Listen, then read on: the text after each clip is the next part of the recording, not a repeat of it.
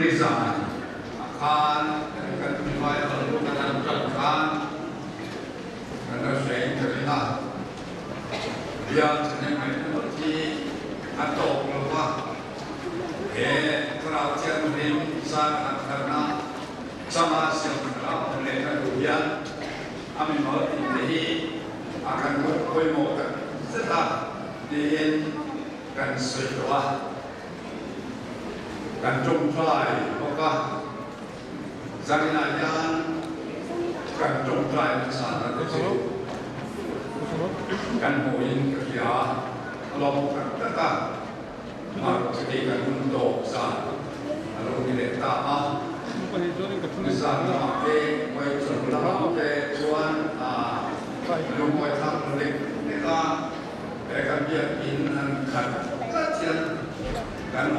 rèn thể cụ lạc cái này form thể cụ lạc cái cái này mấy xe mà chú cái sao như là chú anh nó ngồi thắt mấy lần mà rồi quỳ na đi sang in mình chú cái nó xe thì cần bia thì cần bàn này không phải mở thì đã kalau tiang di sana karena karena satu rumah le akan buai le dewa susu mungkin siapa ini cuma mungkin hijau yang lain orang lain orang mungkin orang lain ini akan dulu kan ini nak tua apa atau nak apa kemampuan yang buat saya ini Tuan sana yang hei pun ngomong tak baik, yang kemana kan lo sampai tahu, kalau ni maya yang ni lo cukup selang, ketian si baik bukan lo,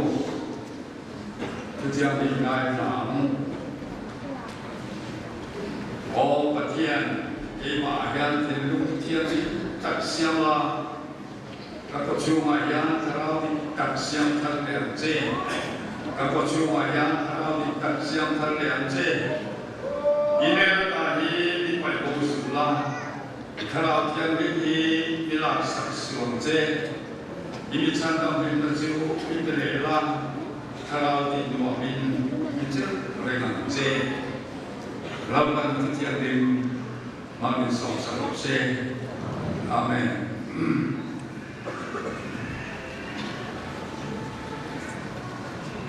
Tiang mai nak pujuk kaya, lapa nampak tiang juga, kami mengaku, bambi pastorial, revival beat, karena buat sejuk, nangin abotin kami bukti zela, zanin ke kaya lapa, nama kaya tu tak mai kan mulai tani. Ramai orang kalau hijuan di mana mesti saya makan itu siapa kan siapa, siapa ini kan bila kan gen siapa, lepas botin nas adalah yang contoh can itu ilmu dia kan kalau orang bukan siapa, lepas kan ketian nanti bulan mah bulan satu. Sangam dia minta buidu ini setiap soal lepas ketian dari sana nak yang imai bukan hote kan lo boleh kan dulu kan mau dia kan siapa kalau yang lima itu kan hote yang harta om tak sangkar selin kan hunti mangser tadi kan tu ani yang song hi tentang tu kan lepas itu Islam macam ni je, itu koi maupun tu orang lain masa ini, biar siapa tu kan song cuma sebab, kan tu kau kan siapa tu, yang berbuat macam ni, Malaysia. Zanaian biar revival meet untuk menguji kau mengenai ya, dia konsum mereka in bua da ma wan sa ta mu nge chen khat su ren khom to ma te za ma te ka ya chen ka ro su san na kho te ko ka te vi som te da li so pe sta bingin da ve pastor dia ni se ba kan bu so ni kan khom đúng về kan do chen ka re ma ya ta thiam no wi na kan sang na sa le ma ya ta thiam lim ko na sang in lim ta ken kan ni kan hang ma ni kan che ba lo le ni le lo bang ke pa ko mo sa ni sa ta ko tel te re na le ko da ma te ko ta tam pe re mo ani ya la mi ke man ni lo me e ma ni sa ni thengin me yo ka ya Điều xuân thế cần đi ta cần tiền cho mày phạt thế cần thiếu thì xong thì cần cầu phần chất ta thế cần đi mang chất ta thì là thảo luận là anh nghe anh bị gì trong trai cái này tiền xuân để đi thân cần phân bé coi mang in anh số đua có tiền xuân tiền cần hoàn dễ là ta đi cái dễ tu luyện tiền sống anh ấy nhưng hay cũng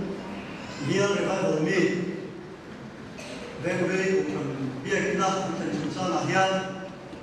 về với cuộc committee chúng ta để về với cuộc quý trong sống chúng ta lồng thủ và khen mình thực sự là rất về vợ thì mình xem tôi là những buồn giảm là nó sẽ to cái này thì chia là tìm kiếm cần các lộ làm yên tìm kiếm mấy phải phải mấy mình với lại là mà lại cái bộ ai số cổ phần trong lô cao tới là phải có tiếp tục trong lô cao tiếp bộ in là mà mình qua sáng lô cái đó có rất là từng nghe gì bây giờ mấy mình còn cần tầm tốt lô nên là cái chúng ta có xóa những tệp nào lô chúng mình xóa mình qua sáng ta lô có sẽ xí tệp chúng ta cũng phá cần xóa vô anh ấy 하나만 무엇에 또 맞춰도 아니 되지않아 노린 사 미 남나다 수레 아니 그게 전쟁적인 부분 방법이야 도중 남 거라로란데 안 보게 소소랑에 가 메디라이 사는 거 전투 우주세 관한 쇼나마 특히 텔레비전 리테레 제네인 고프는 뭔가 Tôi không có bị cô làm thằng ấy tin report cả installation in our garden and running this in Bokani. In this setting, come from drive or the sermon so to quest the Lula. You will can so ma the Boka can be saying you what they can Mulava Amaro soon and the Puntan Fiat Suspect Hilawa. A program long and Mount Hero so can long lady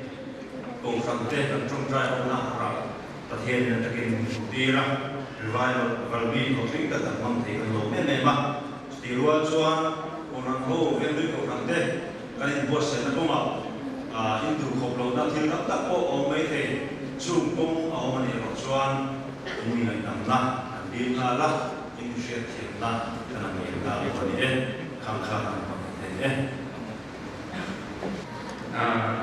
làm bao giờ thung sông rụng bờ rụng la cái trên lung xuống cũng có đủ pha ít cũng là chân đi là à xuống mà ya có phần mà chúng ta đi lâu xe hàng xe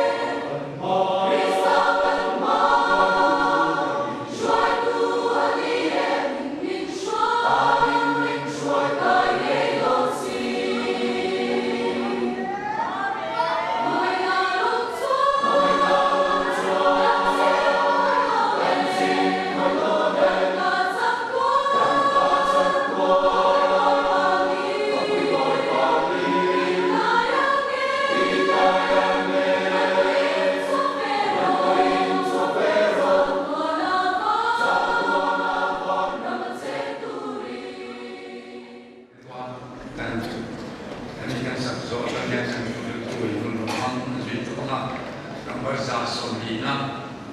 Oh mengenai kubere itu kalau berjalan tinggal cuma kalau pada tenju kena itu yang penting kita dapat katakan doa yang disentuh waktu. Thank you.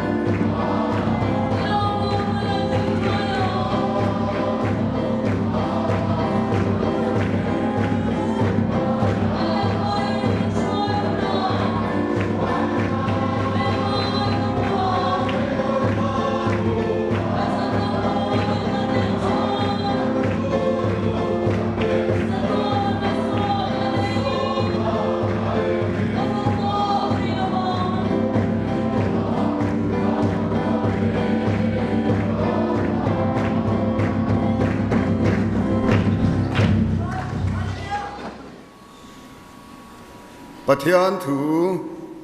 tối tế tên mun ni ami chia đi la ilo ngai thang u sam somriat le pangana chang ruk na nangma chuan imi te an lim theinan minti har le don lom ni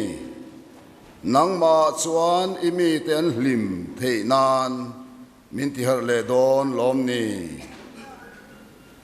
ti ko thil ti bungli chang som pariat atanga somni chuti chuan an ni chu an kova i suam hinga thu soi top lo tu le zirte top lo tu an titlata nima sala pitara le zohana an ne zohanan an ne na Pathian min muin Pathian thuzom ain nangni thuzom adik zok emochu ngai tuaru keni song thil kan mu le kan hriat te kha soilovin kanom theilo anti a keni song thil kan mu le kan hriat te kha soilovin kanom theilo anti a hei lalpa thu chu ni lalpana thu kan chiar malmin som sakro se amen tong trai ang lalpa kan Pathian min mangai tu zanina mi pui le nangma in kar palai na thok tu hi min hu min sia a sei ta mangai lo lalpa se vek ani eng poni se zana hian he thu cha te pong chuak tu hian ka thei tok chulalpa kanun na ka tharau ka taksa eng kim eng ban ruwa pek hi ani ka pe ase lalpa khoi takin edu ang in min mang mai langin kadam chan chu nangma ini a ente lalpa he kaladam chu wangin i thu mi sei ti le don ang ti karing hello lom thu ka ri la che ropui na nangma chavin sangang che lali so Christa mingin kan di le amen kan hununung bera hian kan thupui atan ka han khan chu chu har na tuan tling ti ni sela katia hey Mizoram ko ran te hi ko ran mi ten kan soidan chuan har nai na asiam ko ran kan ni kan ti ani saga zakwa paruk a Mizoram a hian har na masaber aron thenga chumi atang chuan e tun tu mami chiar hian voisom pasari emo Mizoram a hian har na alo theng me kani chung zinga chuan alian zual hi pasari a oma kumina har na kan san mek nen hian ate deu ero chu a som a oma avain som pasari tum som pasari Mizoram ko ran hian har na kan sang to ni hey tu tu ma har na kan han san hi eng tik kuma lo theng nge ti ngai dan ai nang lo deu nual in ka sia a man ne soi ho na khan sang ni som pathum kan ti don mi a then chuan sang ni som pali ani zong lo mo ni le a sang ni som panga hi voila a thomai nga ti te oma eng zok nge kan pom don khoi lai ber khang eng ti kum nge kan di dang ka helova eng pon ni se chung nen chuan hat na run pui Mizoram a hian kan ko thana hian voi sari alo theng ta ni achan chin kan chiara angai nom khopa ma se se na hian chu chu kan soi ri to lo wanga boi mo em kan ti wangin sang hele paruk khan revival centenary kumza atin na kan lo lom to nge nge ni kha zana hian chung ta chu ngai tu chuak le ila kan sei no le de chu har na lo theng masalam khan mi zo te Christiana min siam vek mai ni logom em maya ten hana lo theng nung lam voi ne thenga kan chan hi chuan mi zo Christian ring tu te hi lali so Christa kan rin nuna a min ti ngeta malam ring tu nun a ma min son tir ve thunga chu wangin a khai khom na chu Mizoram ko ran hi har na ina siam ko ran kan ni ti kha chin se la a thain ka ria a chu chu zana hian thum hroyang devin kan soi du ani ten kan soi le du chu har na alo then reng hian adong tu te thrau thianim har na dong tu ten ina kan tak salamalan chua na ber chu kan loma kan himin kan lama chu tiang chuan hat na lo thenga piang a hian chu tharau thiang nim na tho kan mu dan chu ani a ten sana hian han soi te lo thei lo ero chu hei hi ani harna alo thena piang hian setena hi a har ve thova chawagin chu kan hriat apoi mo ka ti ngai thang nuam lo ni su se har na lo thena piang hian seten na hi a har ve zia chuwang chuan ko rana po har sana then ve zia chuwang chuan Mizorama hian pol chi rang alo chu pha nge ani har na in a hin ani ve tlat tharau thel ni ma har na ni lo tharau theli ma har ruala setana na tho inaron shin chua ve chu ko ran ati phel deu sia chu zaina hian kan sin chia a tha a chumi chu kan do dal po apoi mo kan phim khur angai em ani ti kha kan soi le du ni ten kan soi le du chu har na tuan tling ti kan soi do na Bible a hian har na hi kan mu fo ni chu toy te in apoi mo zual han soi ila than ka ringa pakhan na chuan khoi khange Bible a hian har na lo then ma sak ber ne kan hriat pakhat na kan mu dan chuan ke chuan tui pui sen kam har na ka ti ni mo kha ai ma khan har na kha theng em o tui pui sen kam har na tin kan fuwa Exodus bung som pali le som panga khan chu kan mu ni ai gupta mata sala an ni na huai chua an han ni a an lom em maya khami awang kha chuan han soi tham hian an har em o ka tia chuan kha hian kal kana maro chu kal sel na tur kong dal tu lian pui mai om ta tat mai ni chu tui pui sen khania pathian fa te Israel pathian fa te ti ga na re om lo faro te khan lak le tu in an on u manung lo ma thang khan chumi a chuan pathian thil ti theina ro pui tak a chip chen soi lo wila kan thevek in kan ringa Israel nam tan alo thenga tui pui sen kha pathian thil ti theina in a Moses chuan de beram ven tiang khan leka tui pui sen alo sat taphuk maya ta chuan a khumwal kalang mai hian Israel nam a nuai ruk ai tam pui ting hler po nuai ruk velan ni an tia chua ka soi dikemo ka che lo wa diklo mai the an tamani khang ho khan pathian thil ti theina an han muta a le laman kai ta ti pi sen kam le laman kai a mel ma ina ron ve khan a tui pi sen chu chi ble a agim a chim pil ta vek mai a an thi ta vek mai ni zaina hian hangai to har lo thei lo dim muna lalpan adan chu an har chiang kop mai ni rengina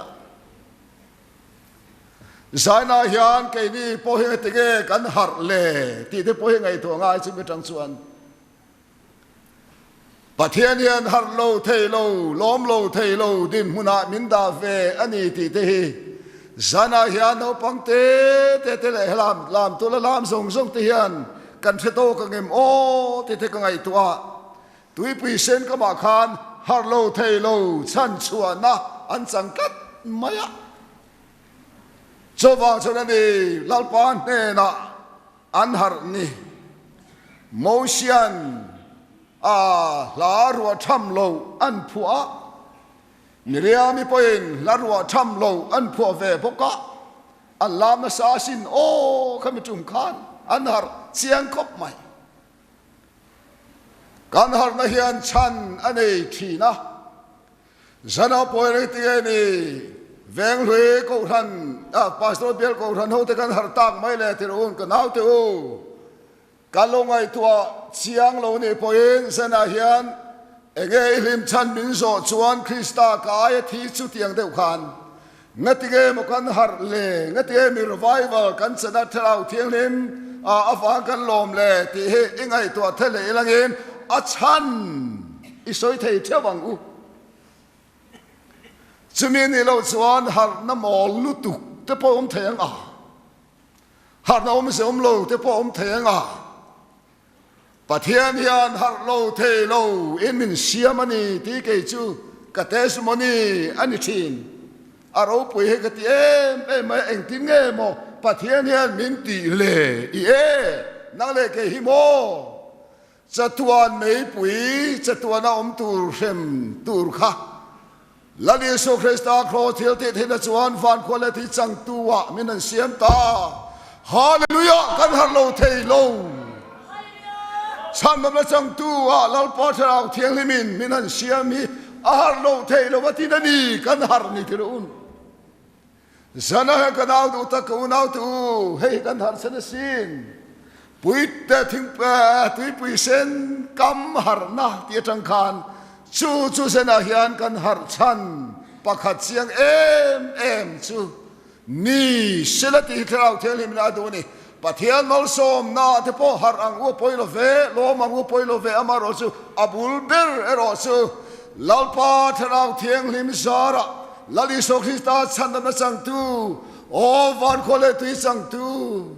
Krista ru lo pui tu mi thiang lim te den chuan tuan khale Pathian chung kwa amin an siam tel ve hi Zion father sing amin siam tel ve hi har lo thei lo tharau thiang chuan min buat sai ani avaro pui lalpa chu fagadum ro se chung te chu ka ngai tu ni sana hian te a se viau pai na se kan ban ma chu se zo man tu rai ngai ve ang tiang deuh khan mi lo se thiam do ni o te atole chuan hey davida hun lai khan har na thenga ti kha karel ro lo thar le de wa cho Samuel panina bung ruk akhan kan muni eng wangin nge mo an har le achan om le peka kha po kha achan chumo Pathian thu thung bom kha Philistia hovin an la dai maya khai aro puya alom om te lunen Pathian thu motion sinai tang asiak anda na bom kha Pathian chung ko mel ma Philistia hovin anru alak sa dai maya chumi te lo chuan Israel nam nun hi ahlim tak thei lo Pathian thu te lo chuan Pathian thu thung bom te lo chuan Israel nam hi ahlim tak thei lo chawang chuan an tharau nun hi ngoi maya amar chu Pathian ne nan chung trai an di la ti chuan me lal Davida aron ti chaka lal Davida chuan Philistia ho an ne ta chuan Jerusalem Pathian bom chu an la chho le ta amo sumi tum chuan Davida le a ho te hi har lo thei lo in tharang thiang them chuan an siam le ta ni chumole an har chiang ani hemi ka ngai tu lai chuan voina te nimin lama tang to po khanin tunge ni ha chang thaber ang hanti phei chuan an singa lal ber khan a chang tam ber man chu he har nai ti tur ani alam na sa em maya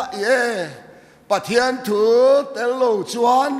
กันนุนาเฮียนปะเทียนถูเฮอนุนโลจวน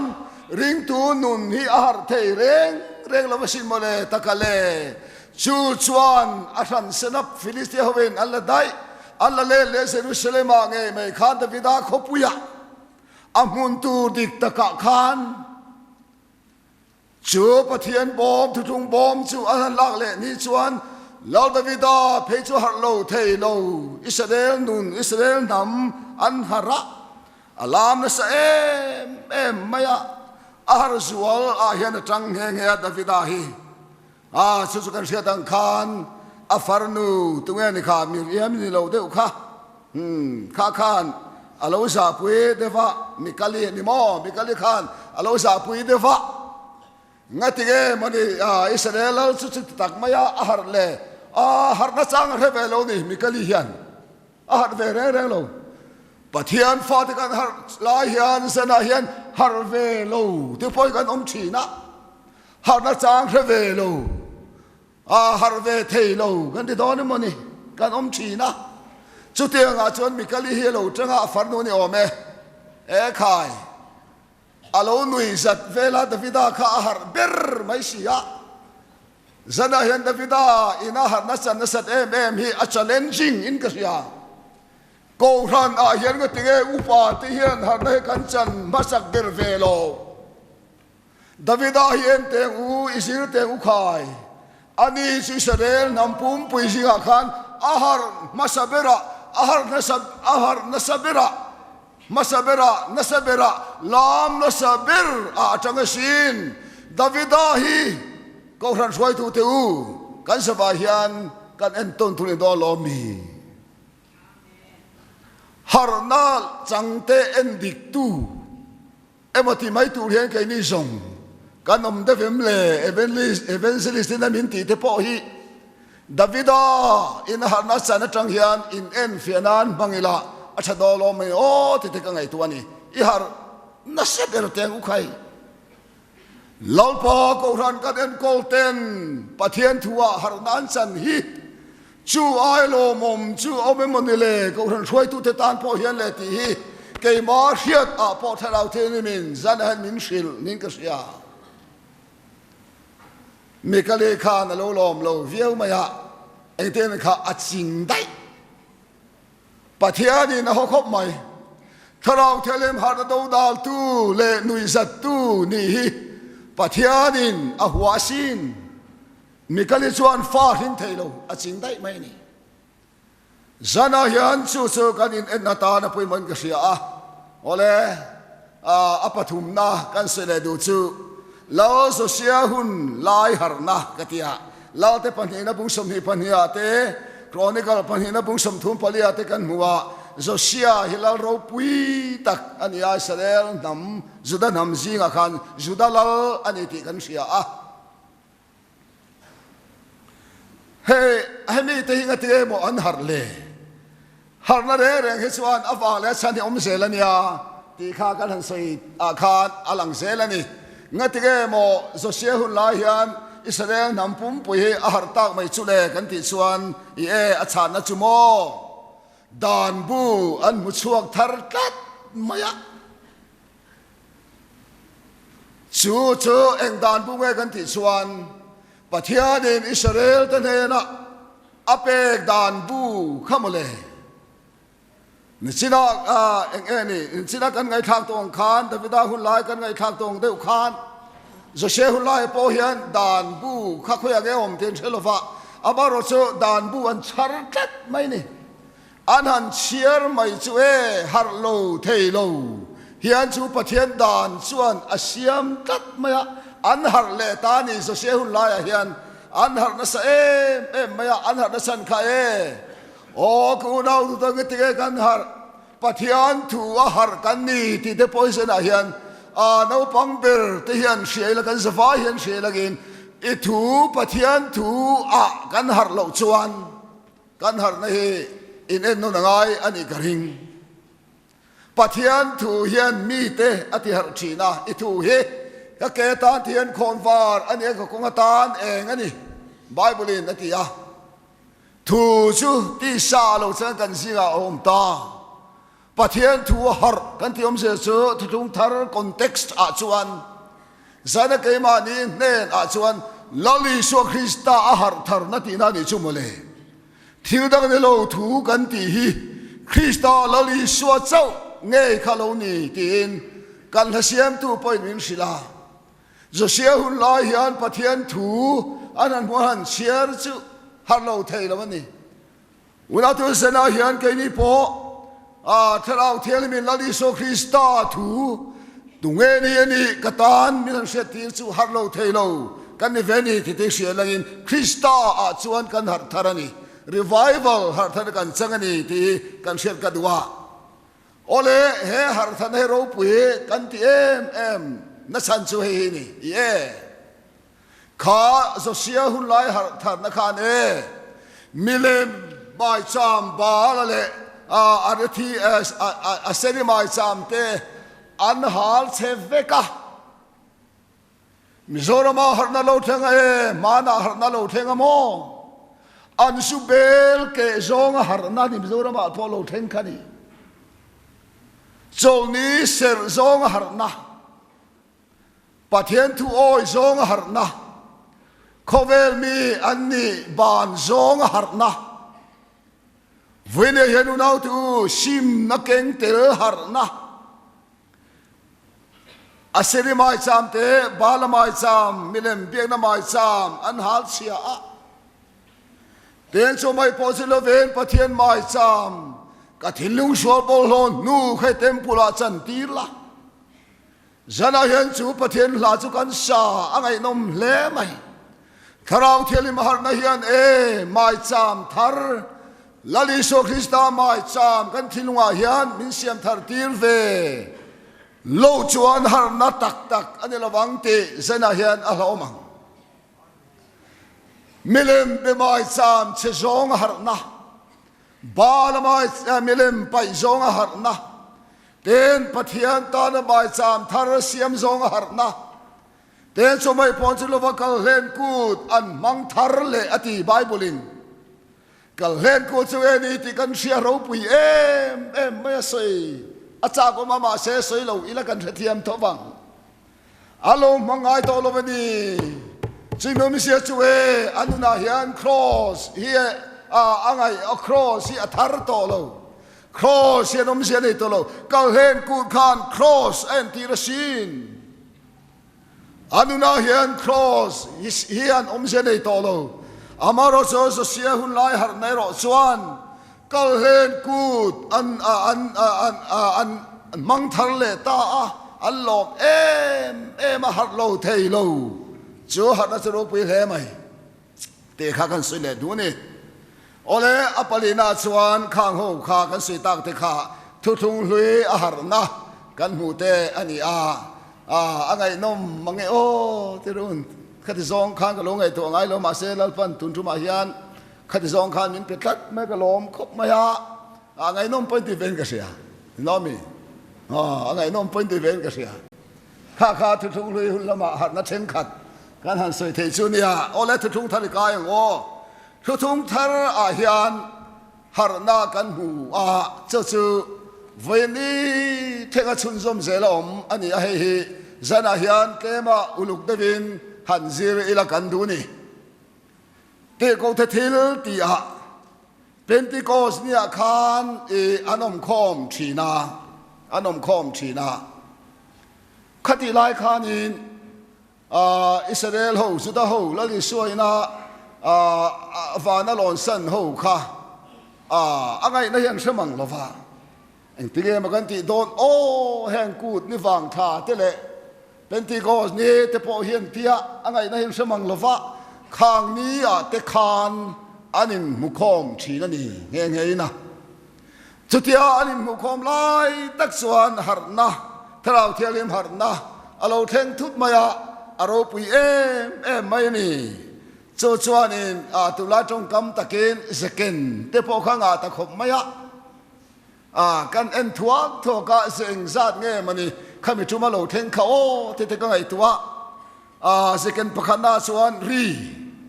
khipui angin alo thok ani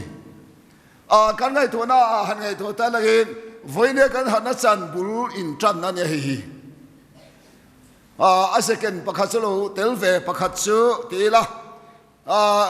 ri kha thi pu yagin ari hum maya zana hian chu phei chu om ta lo chu wang chuan se noi kan ti chuang lo wang kha kan hua panina chuanin lei ain sema an mani chuang khan a chuang ta vamak em ve lei hemi tang lei hi an seman mani chuang khan afutat chuang ta ni om ta fur maya theu mai na chung te chu lo alo oma te chu lo wa chuan tong dang tong hriat lo in an tonga ama ero chu tong chu an mani tong in an thei veka te chu lo le chuan dam lo te an ti dam theya ten in u naw na le in mangai na asual em maya ten chu ba chuan an thil nei te po asafai mai khan an in trom ta zana hian Pentecost ni therau thiang him na tho har na lo theng kha avatak em ve ka te ni khoi su ni selagen tuisik emo sugar emo apple dal lo ania atak hle maya pakhat ma kha soi sel tu rom lo pathian therau thiang him na tho vek ani amaro chu khang singa khan lar sui ta em lo om thei cho therau thiang him thil pek ani lo ani chuang lo wa ma selagen kan fiat fo to thinangin asang tu te zo he kan chak lo ni chumi awang chuan therau thiang him therau na tho te po ke mai ni hian te lo tin tak om thei lo tam tak om thina apoi em ani ma selagen sana kan sir tu chu har na tuan ting chu han soi le lo kan du ni atop don azad ve ai tam deuh kan soi tuin ka ria chu han na tuan ting chu sana hian kan han soi du tak chu ani he ti chuan pakhat na kan han ti le anga Pentecost dia an chan therau thiang him hat na tuan ting kha ing tin nge mo lo then thei le ti hi zir tham takani pakhat na chuanin iswa thu an oi do thei takin an ngak fan ti chuan therau thiang him he an hena alo theng ta ani lali suan khamwan tu karon tir don ani Jerusalem hi kalsan su pa thu tiam in nelo theng tur chu lo ngak ro tharau thiang lim in chang don ani an trong kam riat ngai lo tak ani ome tharau thiang lim han ti ta chu amaro chu soi tu khatunge ni an hai si lava Mesia nungan zui mitenan kenbe amaro chu atholeni tiang hriat chian athu khan ni tat mai dot asoi don lo mani ti an chiang mai chu do thei takin an ga ka ati bible Jerusalem kalsan lo ula pa thu tiam in hena lo theng tu ka lo ngak fan ro zana hian hemi thu ringot mai po hi sir tur atam turun mo ke ni song kan Christian nun te po he Christian nun hi alo kal dan hi chu ke ka ngai tu ve dan jo ka chut ve dan chuan ado chua ani engeni ato na ton chua lam ain ado chua anga pe Israel te tuipi sen kama po khanin chu thu chu no mi poi mo kha pathian foi na ti sak tu chu lo ngak mai ro nga pe hi ngai thina do thei hi nga ya tharau thial mi tu te chang kan ti chuan alo then na tu ra kong tin re la li swa thu ti amani ti sia do tu te hian tharau thial mi an do chuak thin ani ti zana hian kan ngai tu ka du do thei na poi mo sia tharau thial nim chan na atana man tang kai tak mai ani chawak in kan Christian nun hi unau tu zana hian soi zom tu tam mai kan do thei lo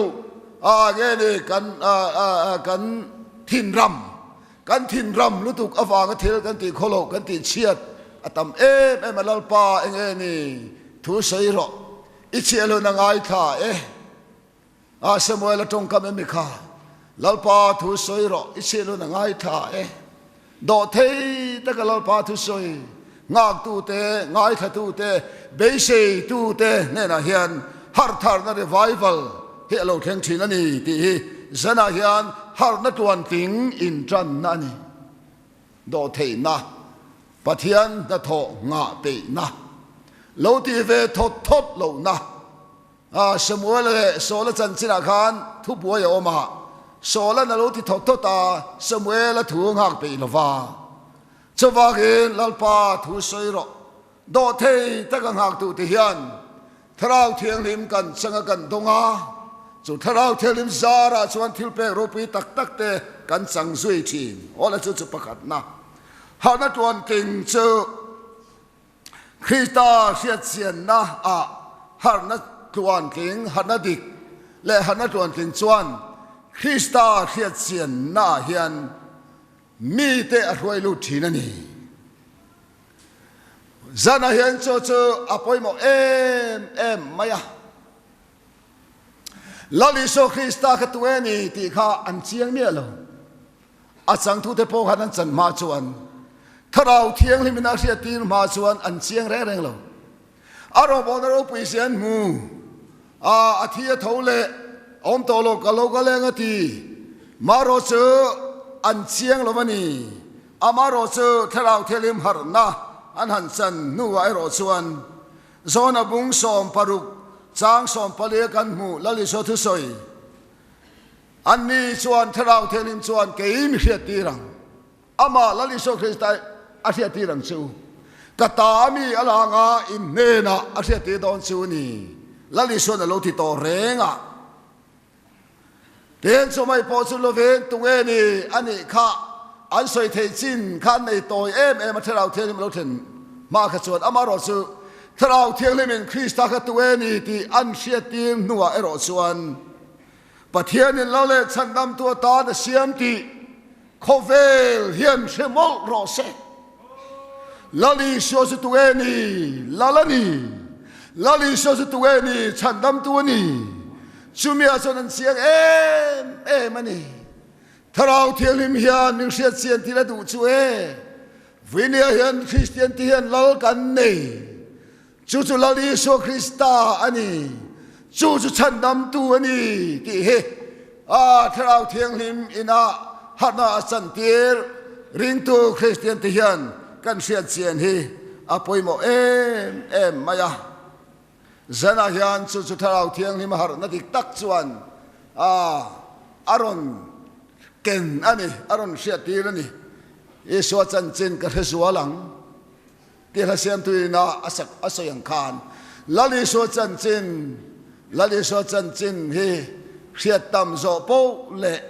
kanuna hian harna alo khen thi na thel pakhat ka ngai tu aso kan la siam tu hian harna kan chan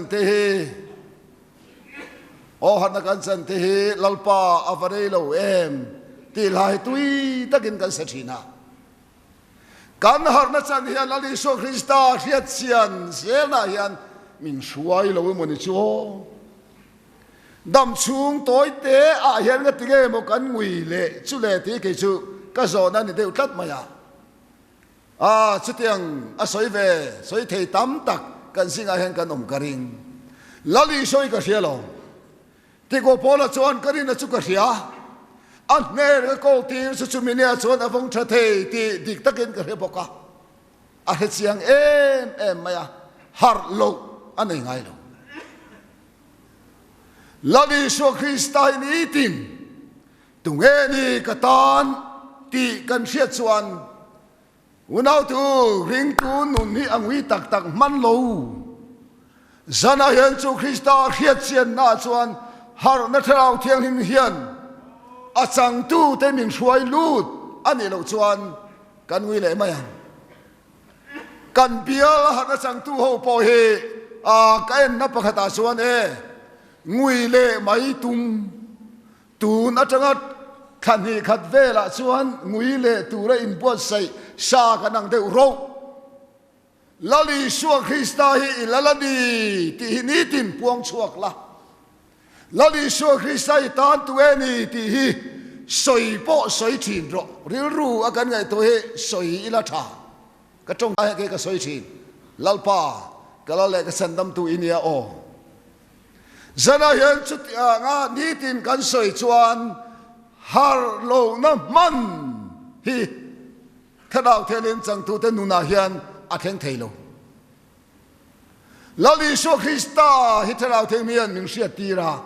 chu Krista chu ni katan lale chandam tu ni ti ni tin kan puan chua phot chuan kan ngui mia lawang dam chung toi te hi chu thadau thelim har thada kan chan hian adai lutukang chatuana sual sel tu zana hian chu chu poimo em maya har thana chang masa apostol te tilko ho te zirtir te khan lali so tu ani ti hi an thachiang a sin pathian en lale chandam tu siam ta ti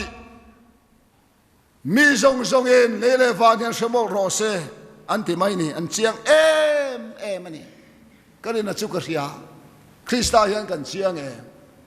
kan chandam na hian kan chiang tuwe kan lal ti kan chiang khovel mi ti chuwe an lal a hian an chiang asin zana hian Christian ti kan lal a hian kan chiang ve lo ti hian ke chu ka rethi ka lau thin ti la ti zo go me apoi khop ani ko ran nei tu chatuana nun na min pe tu pathian in kan tan lal le chandam tu min pe khup tin reng ama la thing thitur lali so he har that na hian kan lal kan chandam tu ni ti mi sia chian ti rani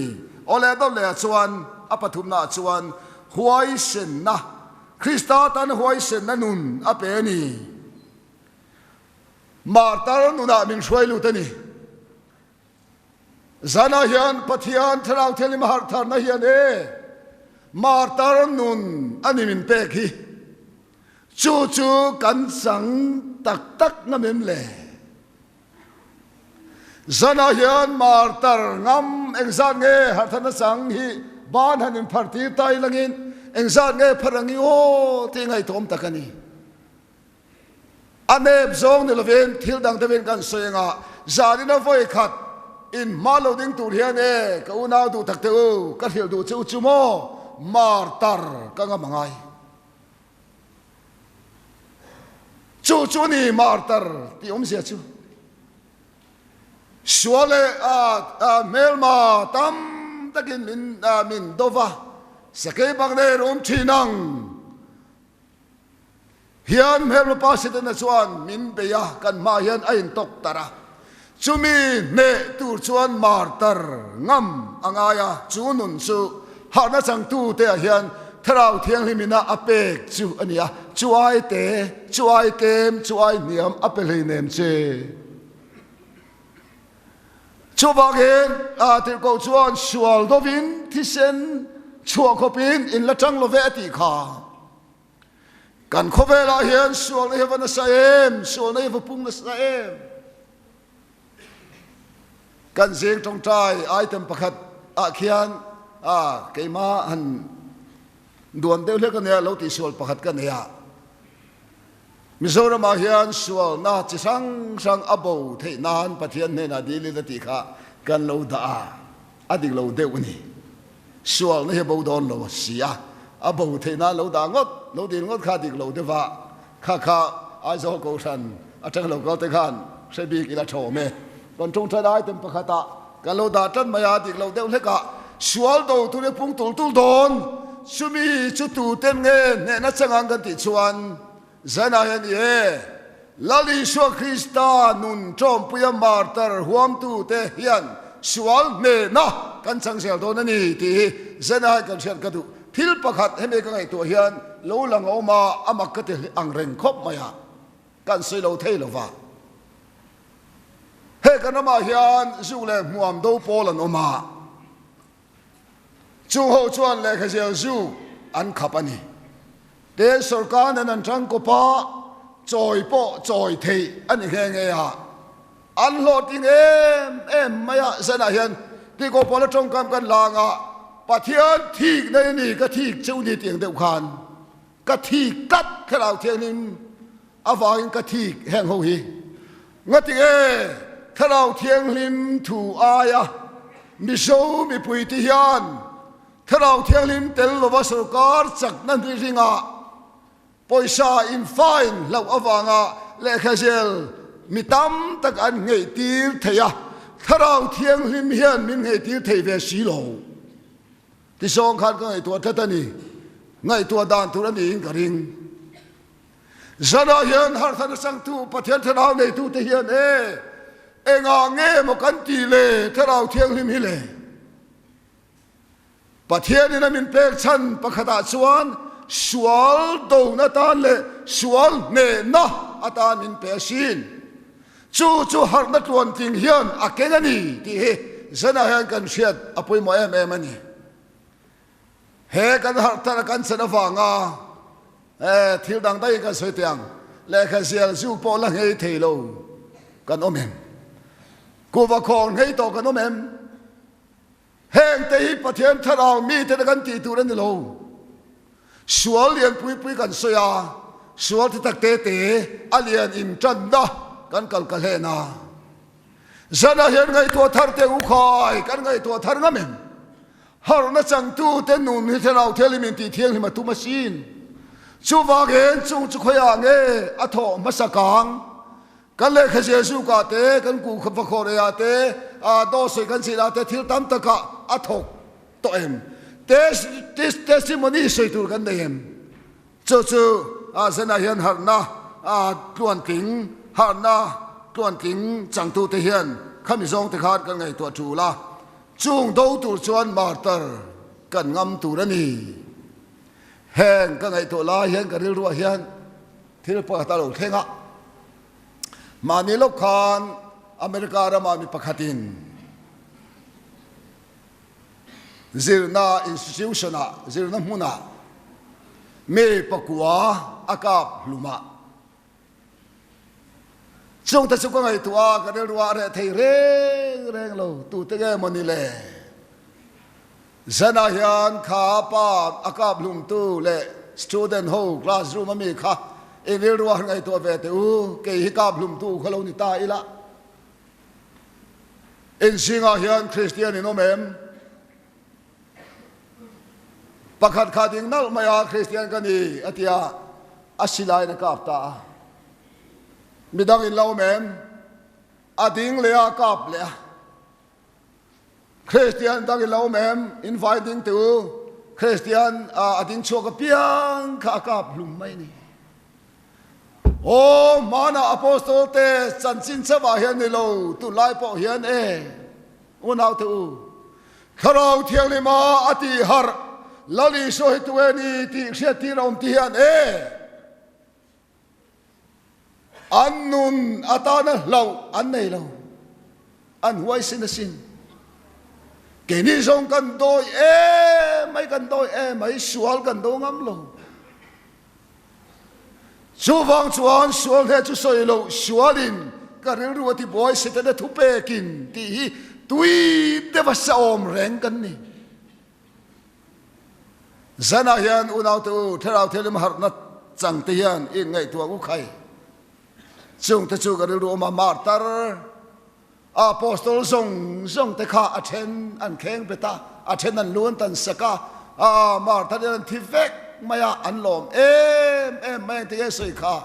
lali so Krista wanga ti du da tuar thei an siam wang khan an lom em ani kan lom na hi pathian mal som na kan soi ve thiam chin hin le nem kan lom na hi tuar na sin jing na singa beram no o man ka tir cheu hi ti tu hian khowela hian kan tuar turani ti a chiang ai jing na singa beram chu te lage adam rei lawang khowe jing nyein an senga an zan ria tui takan mangmai ang chule chutiang chuan lalpa hian khowela hian min duat tu mel ma om narama hian ama ring tua min mangani min siamani min tir chuakani ole atop na tan chuan chan chin tha puang dar thei harna zana hian chu harna tuan tling chu ni ten pentecost ni changa harna theng kha kan soyani chu zaina kan soi theng hian anh chun zom chou pa ta atop na tan chuan chan chin tha china khan bungle chang som paria ta chang som nia khan ka chiara lali shwa chan chin tha han soi ta maya khoi ama soi to sur han tingot maya te lo mai an khap zo lo pu te u ke ni song kan mu le kan siat te khasoi lovin kan om thei lo zana hian lali so Krista chan chin soi thiam tok soi lovin kan om thei lo kan chang lo na chan hi chu mo soi lovin kan om thei man om lali so chan chin soi lo hian kan om thei man om kha nen chuan avai nang lo thel kan mu le kan siat lali so Krista chan chin hi soi lovin kan om thei lo khắp chi kan ni lo an ti top mai ni tu ma min men veng lo khovel mit mei kan ven tu ko wang he de ke ni song lali so Krista kan chan ngam thin lo wa har na therau thelim ya ti har nun chuan lali so Krista khoya po achan chin soi lo vin om thei lo wa aka soi lo ni po en acha abizia anun phung talin lali so Krista chan chin hi apuang chok lo thei lo chu lali suan kan ti tura min pe khovel zong zonga inom nang huna pianga chan chin tha hi sil ro har na sang tu te hian chu kan chang te ani ti zala kan shela poimo mani chung te chu karil ruwa hian aliana zana hian kimlo deuh ma selangin tikhan kan han puang chua kani harna tuan tling thu thung hlui lama tanga harna atanga tanin thu thung thar harna voine the kan chan kal zel zana han tharau then him chuan he revival mi ta hian min sil fia ta ani kan savai ta na lalpa ta na thanem ngai taka kan nuna arong kan bola sual dova sual ne tu nia chan chin tha kan puan chua theina turin kan dam chung toy te hian ni tina siam thar har na kan chan zel theinan zanina pathian thu ka ngai thak tak te lalpan kan savai tan atharin mal min som sang ro se amen lahan khan du kan ne ya hey zana hianin kariru khoi deu mai hita hian oma thalai conference labu khan pakua na hi nia he le hring nun jin konga hian ti hi kan than chan tak hi chu ta hian ka zia ka he le chua san ka du lain kalal pa thu alo theng ta kami te dam na turin khovel som itan min ti hi han soi zui le ta hi lai langai thape san man gan bi le don chu le hi chang than ta ila he le chua san ka du lain zana hian toy te kan soi le zui te ang he le chua san hi ka du reng ke po hian kanin le hi amai ro chu adot le hian kalal pa thu lo theng ta kami te dam na turin khovel som itan minti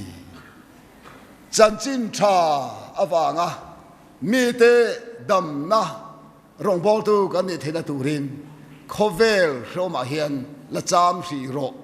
kan zavai hen minti ni he hian karil ruan he em awangin he la he kan thang ani a kan selmen kuta sila zanena kan thil pek la khom kha seng sing khat sang ni za le panga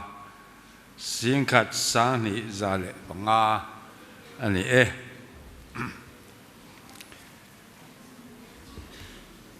kan thu phil tu la than kha conference labu number pakuana hele sing nun jin konga hian sualin min be kan chaw le thin Krista telo sing nun zong arab thak makong athim in kan sa anga kan sak to pa kan zain lalpa trong trai na mangin kan trong trai thung anga chuan kan hun kan ti top don nia